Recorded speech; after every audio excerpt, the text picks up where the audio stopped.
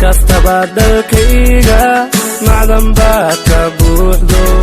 wabiyada burqanaya durdurka iyo beeraha boqorkaana siiyo bararaaxa weeye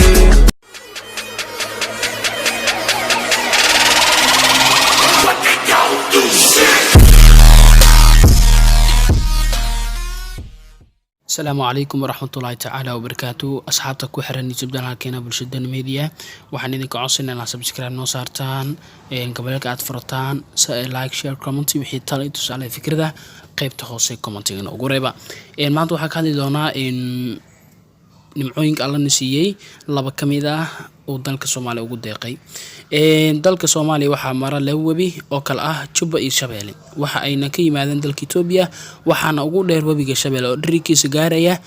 1500 kilomitir waxaas ugu weyn uguna biyo badan wabiga Jubba oo dhirikiisa gaaraya 800 kilomitir magaalooyinka ay dalka ka maraan haddaan soo qaadano wabiga Shabeelle waxa uu dalka ka soo galaa xadka uu gobolka Hiiraan la leeyahay dalka Itoobiya meel u dhow magaalada Feerfeer waxa uu soo maraa magaalooyinka sida Beledweyne Buulaburti Jowhar Balcad Afgoy iyo waliba Janaale waxa uu ku dhamaadaa meesha la yiraahdo Daytubako oo u dhaxeeya Jilib iyo Shabeelle wabiga Jubba waxa uu dalka ka soo galaa xuduudda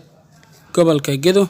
ee ka soo gala dalka Itoobiya waxa uu soo maraa magaalooyinka sida Doolow Luuq Baardheere Bu'aale Jilib Mareere Kabsuuma iyo waliba Jamaame waxa uu ku dhamaadaa oo badda kaga darsoomaa meesha la yiraahdo Goobweyn oo Kismaayo u jirta 25 kilomitir dhamaan asxaabta intaas